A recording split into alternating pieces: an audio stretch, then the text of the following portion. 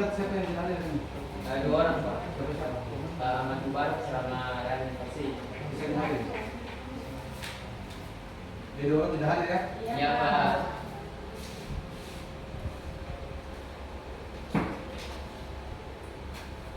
Sebelum kita mulai materi, mari kita berdoa. Semoga apa yang kita pelajari hari ini menjadi bekal untuk kita semua.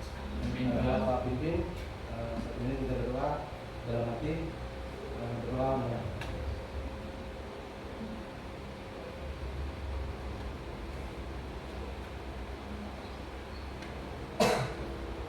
Berdoa selesai. Ini pertemuan kedua. Kalau pertemuan awal kemarin kita mempelajari tentang apa itu selain kontrak kuliah, kita mempelajari tentang pendahuluan terkait dengan zoologi. Ada yang masih ingat kira-kira apa itu zoologi? Ini apa itu zoologi?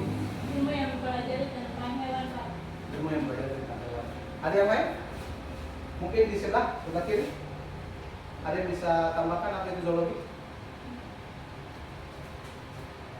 Ketua tingkat mungkin mau menambahkan apa itu zoologi?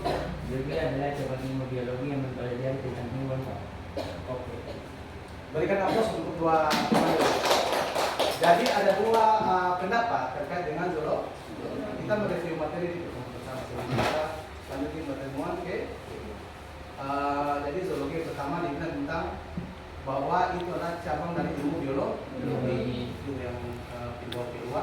Yang penjawab pertama dibilang bahwa ini belajar tentang hewan. Terima kasih untuk keduanya. Jadi apa yang dikatakan atau disampaikan oleh teman Anda berdua itu sudah tepat. Pak hanya menyempurnakan atau menambahkan sedikit. Jadi ini review terkait materi. Apa itu zoologi? Zoologi adalah cabang dari ilmu biologi yang mempelajari tentang hewan. Sementara invertebrata itu apa? Hewan yang tidak bertulang. Jadi kalau bicara zoologi invertebrata berarti bicara tentang cabang dari ilmu biologi yang belajar hewan tidak bertulang Pak? Dengan konsepnya. Sudah? Kita bisa lanjut di materi berikutnya untuk belajar kedua. Ya. Di pembelajaran kedua kita mempelajari suatu topik. Kalau tadi pertemuan pertama sudah mempelajari apa itu tentang zoologi invertebrata, hukumnya, sejarahnya dan lain-lain. Sekarang kita mempelajari satu materi. Di pertemuan kedua ada materi klasifikasi dan nomenklatur. Ada yang tahu tidak apa itu klasifikasi? Ada yang tahu apa itu klasifikasi? Mungkin ada yang bisa dibantu? Suatu cara memilah-milah dan mengelompokkan makhluk hidup menjadi golongan-golongan atau unit-unit tertentu. Teman menjawab suatu cara memilah-milah makhluk hidup dalam kelompok atau kelompok. Ada yang lain? Ya, Pak. Klasifikasi adalah proses pengelompokan atau objek atau fenomena berdasarkan karakteristik atau atribut yang sama. Oke, sudah dua jawaban dari teman A, teman Anda. Berikan aplaus dulu untuk keduanya. Jadi Anda tidak boleh takut dalam menjawab. Setiap orang itu belajar dari kesalahan. Dan percaya kesalahan yang dibuat itu nanti yang paling diingat tuh. Biasanya begitu. Jadi tidak usah takut ketika ditanya atau menjawab. Saya menambahkan untuk kedua penjelasan tadi. Apa itu klasifikasi? Klasifikasi sebenarnya bahasa dasarnya gini. Kita mengelompokkan. Sementara untuk zoologi invertebrata, ketika kita bicara klasifikasi, berarti kita berbicara tadi memilah atau mengelompokkan. Mengelompokkannya apa? Mengelompokkan organisme atau hewan, karena kita bicara invertebrata, hewan invertebrata dalam bentuk kelompok. Saya kasih contoh buat kamu. Ketika kamu misalnya pergi ke pantai, nih, lalu kamu bertemu atau kamu menemukan dengan organisme yang memiliki dua cangkang.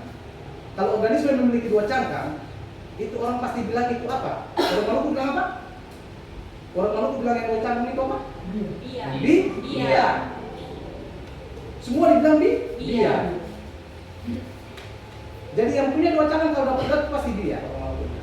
Dia kalau dalam bahasa Indonesia kita dengar dengan bivalvia. Sudah? Jadi ternyata setelah kita buat dalam bentuk klasifikasi, memang benar dia masuk kelompoknya biak atau Bivalvia. Tapi jenisnya atau genusnya sudah berbeda. Untuk materi ini, Pak tulis lagi di papan, dan kebetulan saya sudah siapkan slide. Untuk CPMK-nya, yang pertama itu mahasiswa dapat menjelaskan klasifikasi dan nomenklatur. Untuk sub CPMK-nya ada 3. Yang pertama, mahasiswa mampu mendeskripsikan pengertian klasifikasi. Yang kedua, mahasiswa mampu menjelaskan prinsip dasar pengelompokan hewan. Yang ketiga, mahasiswa mampu menjelaskan pengertian nomenklatur, membedakan antara nama ilmiah dan nama lokal. Itu untuk sub CPMK. Yang terakhir ada indikator mata kuliah atau materi ini. Materi ini. Jadi indikatornya apa? Mahasiswa dapat mengetahui perbedaan klasifikasi dan nomenklatur. Jadi saya sudah sebutkan ada CPMK-nya, sub CPMK-nya dan indikator. Bisa? Kita lanjut? Bisa. Sebentar saya tulis ya.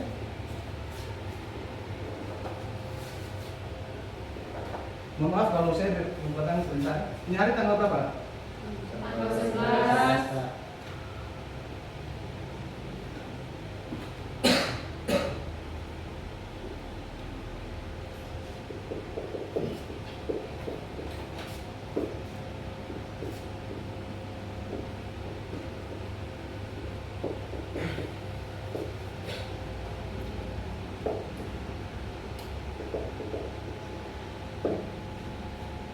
Kita bicara klasifikasi tadi sudah kita bicara klasifikasi. Sekarang yang kedua, Pak akan tampilkan di slide. Tuh, karena tadi awal pembuka, saya ingin kamu melihat slide.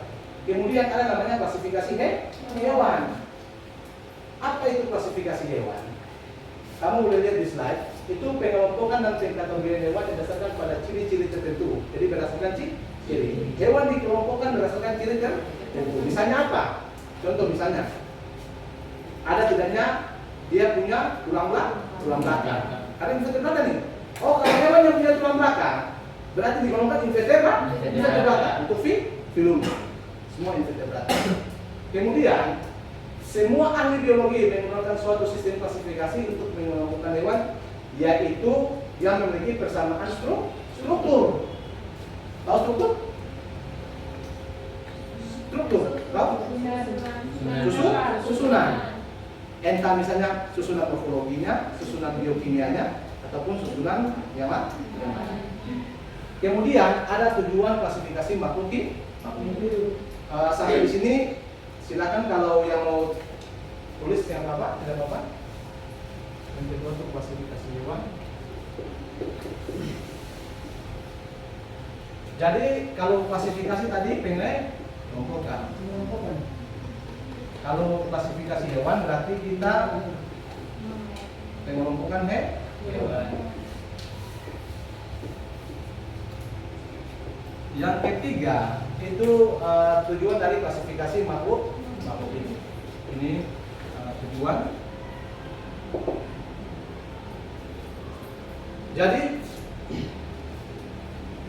mengapa klasifikasi harus punya tujuan? Karena klasifikasi bagian dari metode ilmiah, di mana makhluk hidup dikelompokkan. Coba kamu membayangkan, apabila tidak ada klasifikasi, orang akan sulit untuk menentukan ini organisme apa. Kita tahu bentuknya tapi tidak tahu namanya. Akan sangat sulit ketika kita mencari misalnya referensi. Iya toh? Sangat sulit sekali. Jadi tujuan klasifikasi makhluk hidup itu ada 6 poin.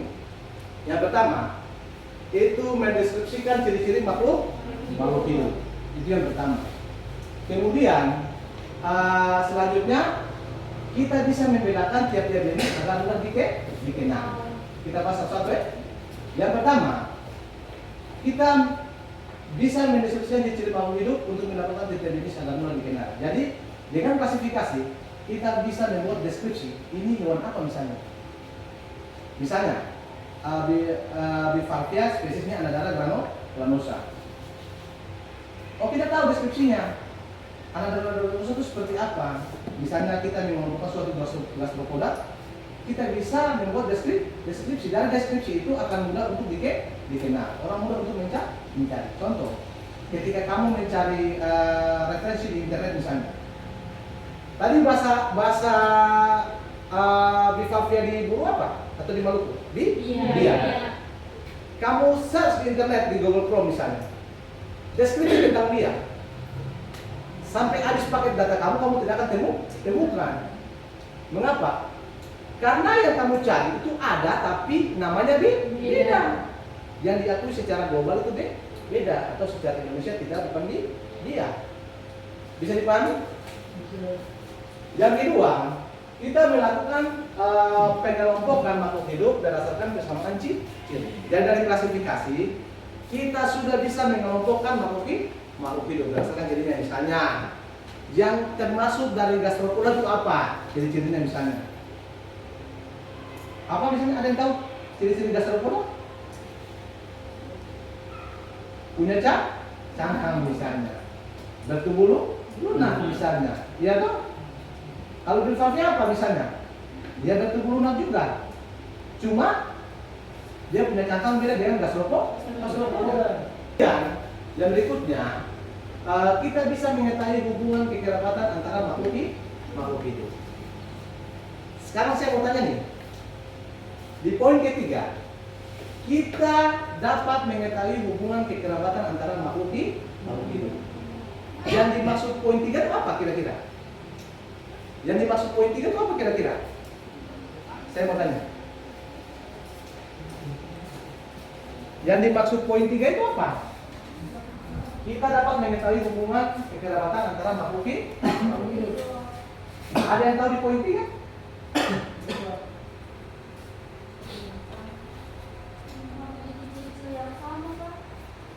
Satu, memiliki ciri-ciri yang sama. Ada yang lain? Ada yang lain?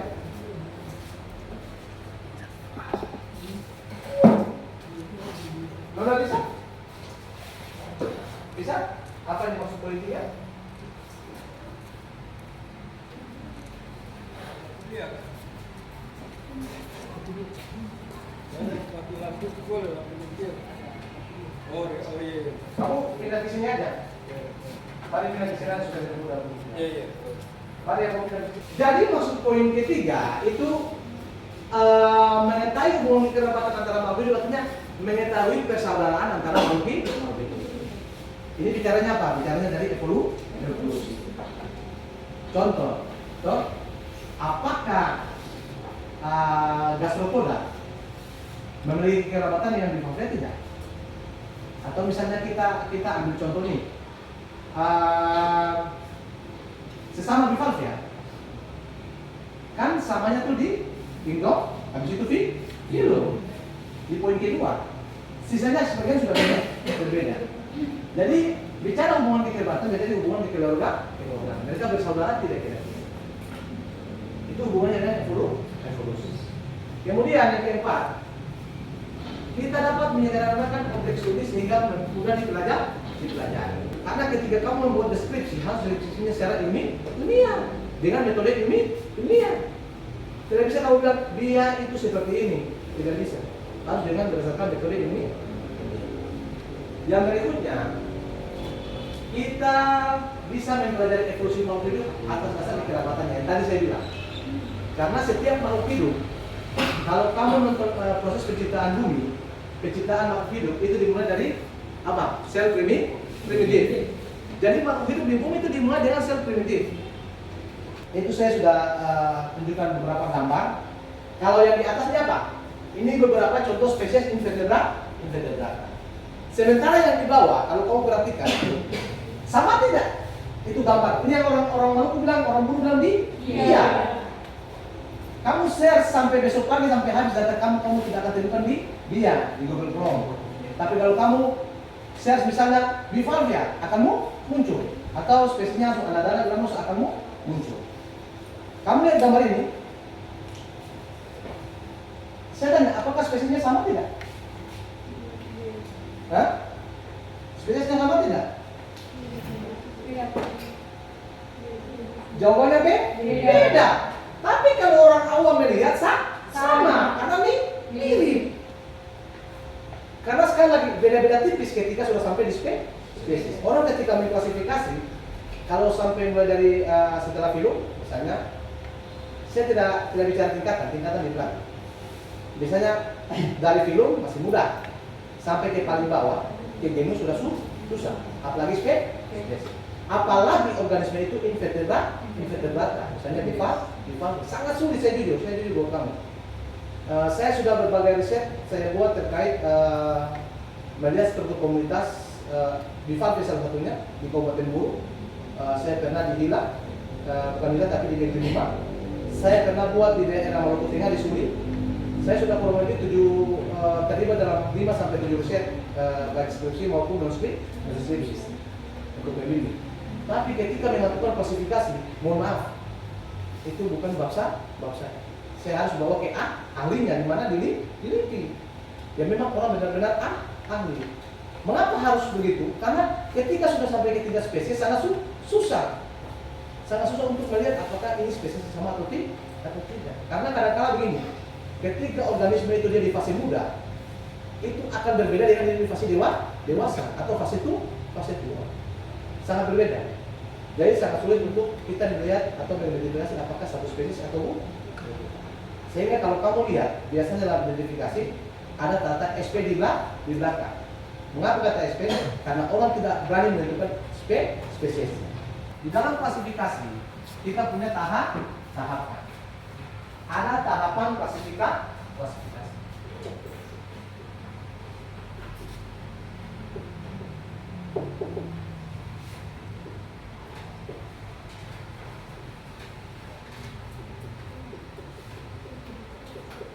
Kamu lihat, tahapan pertama kita melakukan identifikasi. Ketika membuat klasifikasi makhluk hidup, kita harus identifikasi.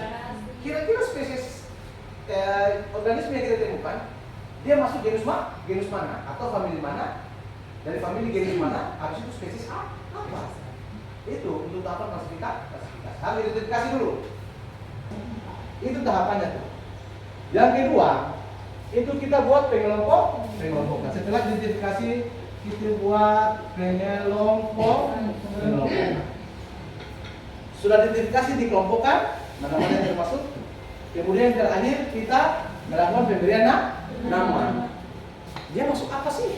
Kira-kira spesies yang mana sih? Kalau misalnya spesies itu sama tapi lokasinya berbeda, tidak ada urusan. Karena begini, biasanya ada spesies ketika terjadi perbedaan habitat akan mempengaruhi bentuk morfologi. Contohnya apa? Warna.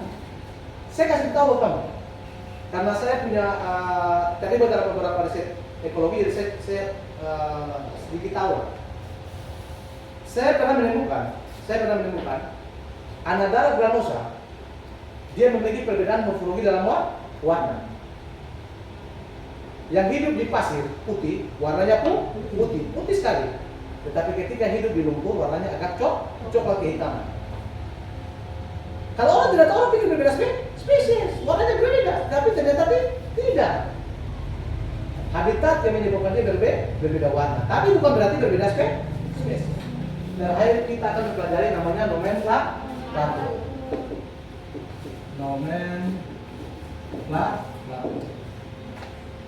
Ada yang tahu nomenklatur?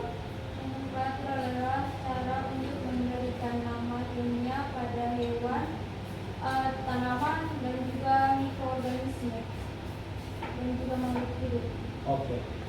Jadi cara memberikan nama. Terima kasih. Ada yang lain?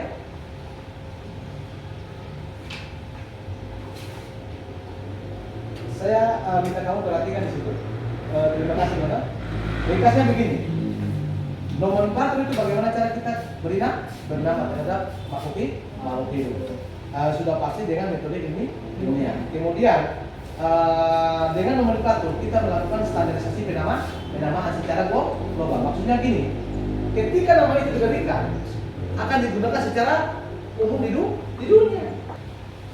Berikutnya ada sistem binomial nomenklatur. nomenklatur. Ada sistem penamaan nih.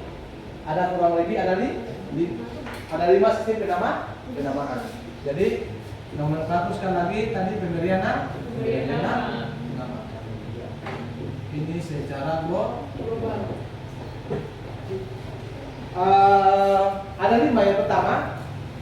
Setiap spesies diberi nama dengan 2 kata dalam bahasa Latin.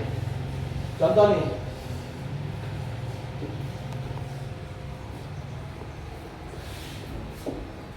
Sudah. Ya Pak. Ini nama Spesies. Ini menunjukkan apa? Genus. Ini menunjukkan apa? Nama orang. Ini namanya autor namanya. Autor tuh dia yang melakukan register. Itu autor jaga. Itu. Ini nama spesiesnya betul. Tapi ini menunjukkan genus, itu menunjukkan autor. Kedua, kata pertama menunjukkan nama marga. Tadi saya sudah bilang. Dan kata kedua menunjukkan nama spesies. Yang ketiga, kata pertama dimulai dengan huruf kapital atau huruf besar dan kata kedua dimulai dengan huruf kecil. Kemudian terakhir tingkatan klasifikasi. Jadi klasifikasi yang tadi saya bilang ada tingkatan kingdom, film klasifikasi ordo family genus spesies. Coba, siapa yang ingat yang saya bilang tadi? Tingkatan klasifikasi makhluk hidup. Dari atas sampai ke bawah. Satu-satu, saya minta satu. Silakan Nona. Kingdom, phylum, clasis, order, family, genus, species. Oke. Saya tanya kamu. Dan dia tikain dia. Apa itu ordo? Ordo itu menggambarkan apa? Ordo menggambarkan apa?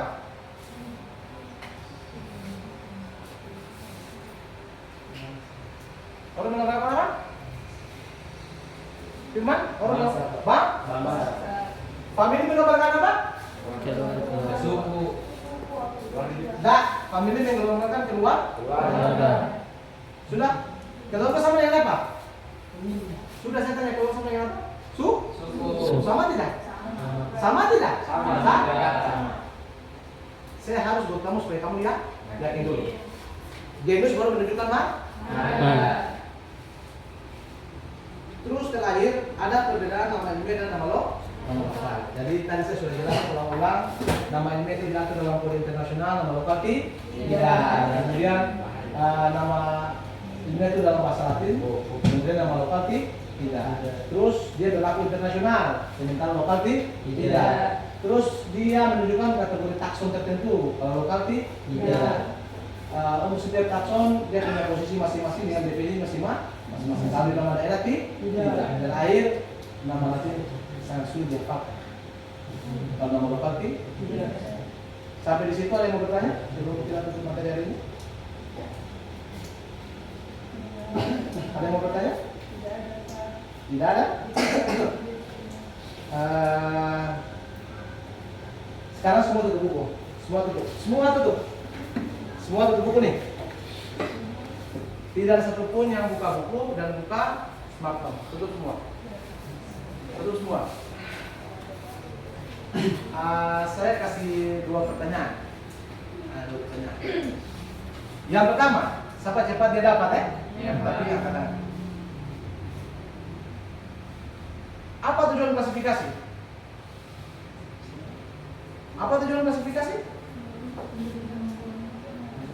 Silakan. Untuk bisa mengelompokkan, Pak. Untuk bisa mengelompokkan. Ada yang lain? Apa Nona? Silakan dulu Pak. Membuat nama. Satu lagi apa? Saya, Pak. Tujuan klasifikasi di sini untuk mengelompokkan makhluk hidup sesuai jenis dan juga spesiesnya. Berikan aplaus untuk ketiga teman. Jadi ketiga jawabannya untuk penjawab pertama dan kedua itu mengarahnya ketiga. Saya tambahkan boleh? Boleh Pak. Jadi tujuan dari klasifikasi ialah yang pertama kita mampu menentukan makhluk hidup. Berdasarkan apa? Berdasarkan ciri. Kemudian tujuan pengelompokan itu mempermudah kita untuk bisa mendeskripsikan. Bisa tak? Yang terakhir Apa itu nomenklatur? Pemberian Nama, nama. Pak. Satu-satu apa? Pemberian nama. Pemberian Nama. Ada yang mungkin lain lagi? Pemberian nama ilmiah pada hewan, cara untuk memberikan nama ilmiah pada hewan, mikroorganisme dan juga makhluk hidup di lokasi. Oke, terima kasih. Jadi kedua teman sebenarnya videonya sama, tapi ini lebih meringkas. Jadi nomenklatur itu pemberian nama. Kalau di tiga ini tadi itu dia lebih lengkap lagi, dia sudah menambahkan sampai ke Ilmiah. Jadi pemberian nama hewan secara Ilmiah. tapi sama aja dia pemberian nama ya. Tapi tadi sekali lagi saya bilang kita bicara ilmu pengetahuan, bicaranya hal-hal yang ini. Jadi setiap cabang ilmu harus juga cabang ilmu. Sebagai tugas, tolong kamu buat tugas. Ini individu nanti dikumpulkan di depan. Tugasnya terkait dengan sebentar saya tanyakan itu. Tugasnya tentang uraikan perkembangan klasifikasi makhluk hidup. Nanti ada di slide, saya cuma baca saja. Iya, Pak. Berdasarkan sistem klasifikasi makhluk hidup 2 kingdom, 3 kingdom, ya ini 4 kingdom, 5 kingdom dan 6 kingdom. Jadi kamu buat urutan uraikan perbedaan perkembangan klasifikasi. Dikumpulkan minggu depan. Sudah? Sebelum kita mengakhiri pelajaran kali ini, maka saya akan membuat rangkuman materi terkait pembelajaran. Yang pertama, apa itu klasifikasi? Klasifikasi adalah proses pengelompokan makhluk hidup. Adapun urutan klasifikasi atau prosedur klasifikasi, yang pertama kita melakukan identifikasi, kemudian melakukan pengelompokan, ketiga melakukan pemberian nama ilmiah. Yang terakhir, apa itu nomenklatur? Nomenklatur adalah pemberian nama ilmiah, di mana nama ilmiah digunakan ialah bahasa Latin. Selanjutnya nama ilmiah itu ditulis atau bahasa Latin ditulis dengan 2 kata. Dengan demikian materi kita sampai hari ini pelajaran kita terkait dengan klasifikasi dan nomenklatur. Semoga bermanfaat untuk kita semua. Untuk kamu belajar karena bahannya sudah kita buat kamu. Pertemuan berikutnya nanti ketua tingkat kita sesuaikan jadwal kuliah dari berikutnya. Ketua tingkat, saya minta kamu tadi saya bikin doa nih. Iya, Pak. Sebagai penutup sebelum kita pulang, semoga kita semua dirahmati Allah, semoga kita dilindungi oleh Tuhan. Silakan ketua tingkat, saya persilakan kamu untuk memimpin doa. Teman-teman, sebelum kita mengakhiri proses pembelajaran kita hari ini, marilah kita berdoa. Doa dimulai.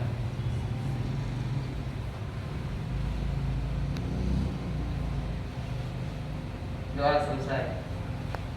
Sudah? Berapa? Dengan demikian berakhir kuliah kita hari ini. Silakan Anda pulang. Titip salam orang tua, hati-hati di jalan. Silakan. Iya, Pak. Terima kasih. Terima kasih